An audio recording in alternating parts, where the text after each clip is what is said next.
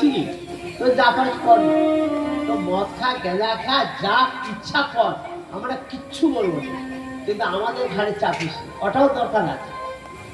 কেন? ও আছে বলে হরির এত দাম। কি বুঝেন নাই? প্রতিদিন 3 বার করে পাঠ হচ্ছে, দেবরা আছে বলে তো ভাগবত পাঠের এত চাহিদা বাড়ছে। জানেন আমার 3 বার পাঠ, দুপুরে সকালে পাঠ হয়েছে একবার, এই যে আবার দুপুরে সকাল যে 3 নম্বর পড়ছে, এবার কলা ঠিক থাকবে, আবার কার্তিক মাসে আবার, বুঝলেন? তা কি করে?